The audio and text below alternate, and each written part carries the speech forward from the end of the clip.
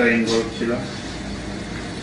জঙ্গিবাদের সাথে জড়িত আমাদের পার্টির মানে যেটা অভিযোগ আছে, পত্রিকায় অভিযোগ করে বিভিন্ন ভাবে, যেমন দুলুর কথা বলে, আমিনুল হকের কথা বলে, আমাদের কি আলমগীর সাহেবের কথা বলে, নাদিম মোস্তফার কথা বলে, আমাদের মিনুর কথা বলে নেওয়া।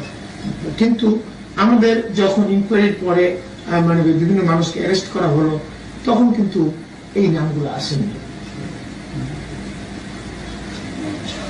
এখন স্যার আপনার দুর্নীতি সম্বন্ধে কিছু বলেন। আমার দুর্নীতির মধ্যে হচ্ছে তিনটা দুর্নীতির মধ্যে, আমি মেজর দুর্নীতির মধ্যে আমার গভর্নমেন্ট হয়ে গেছে।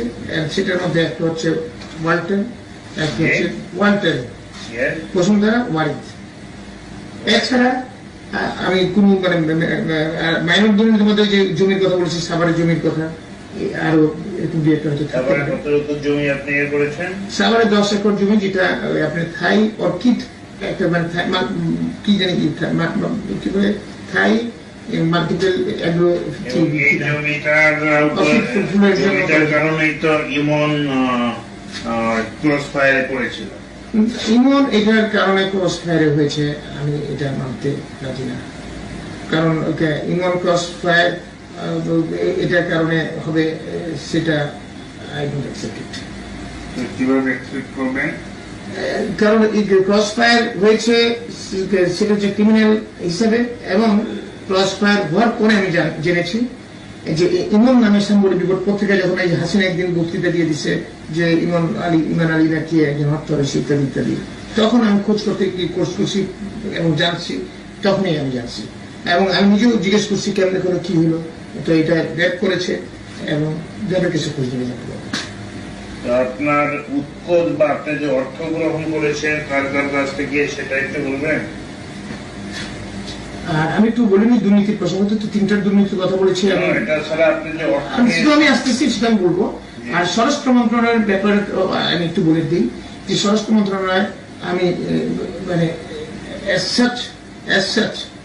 আল্লাহ রহমতে এখন পর্যন্ত আমার নিজের চেয়ারের পবিত্রতা আমি রক্ষা করছি, যে স্বরাষ্ট্রমন্ত্রী আমি কোনো দুর্নীতির মধ্যে কি ধরনের কার কার কাছ থেকে টাকা নিয়েছে? আচ্ছা, টাকা যেটা হয়েছে সেটা হচ্ছে আমার লোন, অনেক লোন আসছিল বিভিন্ন ব্যাংকে, আমার প্রায় এখনো বিরাট অঙ্কের লোন আছে, এবং সেই লোনগুলো রিপেমেন্ট করার জন্য তারেক সাহেব আমাকে ইমিডিয়েটলি গভর্নমেন্ট ফান্ড করার পর 40 লাখ টাকা দিয়েছিলেন, যাতে আমার লোনগুলো মেনটেন করতে পারি। আমি ওই তো পার্টির টাকা থেকে দিয়েছেন, ওই যে আমাদের ইলেকশনের টাকা বেঁচেছিল কিছু, সেখান থেকে দিয়ে দিয়েছিলেন, আমি জানি না, বাট আমার মনে হয় সেটা।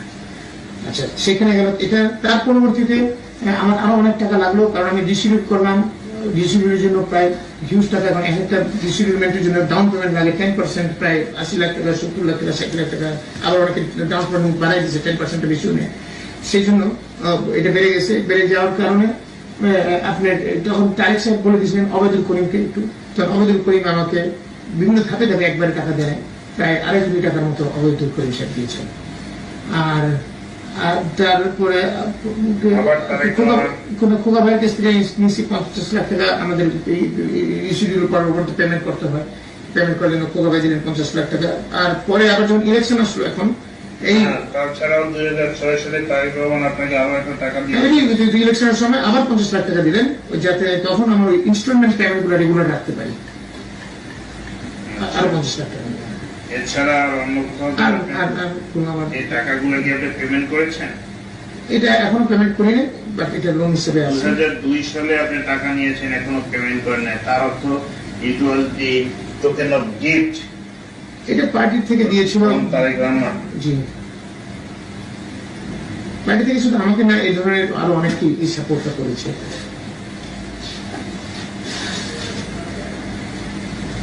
কুয়েতে আপনি একটা ভ্রমণ করেছিলেন? কুয়েতে? I have never been to Kuwait. কুয়েতে আপনার ওকে, এটা সম্বন্ধে কিছু বলবেন? এটা না বললে ভালো না, এটা রেকর্ড থাকা উচিত না। না, একটু বলেন, আমরা শুনি। এটা মানে এটা তো স্টেট, মানে আমি মানে একটু তাহলে কেয়ারফুলি বলি, যাতে, কারণ স্টেট লেভেলের দ্বিপাক্ষিক সম্পর্ক নষ্ট হতে পারে, এই জন্য আমার মনে হয় এই জিনিসটা একটু কেয়ারফুলি বলা উচিত। এটা আমাকে, আমি কমন ফ্রেন্ড অফ মাইন্ড, এবং মানে কমন মানে আমার ফ্রেন্ড, মানে senior, and who is also মানে quite close to Dr. Kamal Siddiqui. তো ডাক্তার কামাল সিদ্দিকী খুব খেপে টেপে রয়েছেন এবং তখন উনি বলতেছিলেন যে কত টাকা লাগে পার্টির জন্য। কুয়েতে কিছু টাকা চায়, সৌদি আরবে টাকা চাইছে, পাকিস্তানের কাছ থেকে টাকা চাইছে এবং টাকা নিছেও, এবং ইত্যাদি ইত্যাদি ইত্যাদি এগুলো কথা বলছে। উনি খুব খেপে টেপে এই কথা বলতেন। কি পরিমাণ টাকা থেকে এসছে আসছে কত আমি জানি না, কিন্তু ওই কামাল সিদ্দিকের ভাষায় 3 দেশ থেকে প্রায় 300 মতো। টাকাটা কার কাছে আছে? টাকাটা কার কাছে আছে একজাক্টলি তো বলতে পারবো না। তো এটা আমরা ধারণা করি, অনেকে মনে করে পাকিস্তানের টাকাটা হয়তো সাউদির কাছে চলে গেছে, আর কুয়েত বা ইউ থেকে যেগুলো আসছে সেটা হয়তো তারেক সাহেবের তার বিভিন্ন লোকের কাছে রাখছে। যেমন তারেক সাহেব রাখতে পারে ওনার আইএসডি গ্রুপের ফ্রেন্ডদের কাছে রাখাটা আপনিও তো খুব ক্লোজ ছিলেন। আমি তারেক সাহেব আবার এখানে আবার যেটুকু প্রয়োজন সেটুকু কথা বলতেন। আমি তারেক সাহেবকে জিজ্ঞেস করেছিলাম এই কথাটা এখানে। আই হ্যাভ আস্কড হিম যে কত টাকা দরকার, উনিও টাকা করেন যে পার্টির টাকা নাই, এইটা পার্টির টাকা লাগবে। আমি ওনাকে বলি যে কেন আপনার টাকা পাইছেন তো? উনি প্রথমে অস্বীকার করেন, পরবর্তীতে উনি স্বীকার করছেন। তবে আমি যখন অ্যামাউন্ট বললাম উনি অত অ্যামাউন্ট উনি মানতে রাজি না। উনি না আরো কম পাইছে, এত যত বছর দেয় এরকম।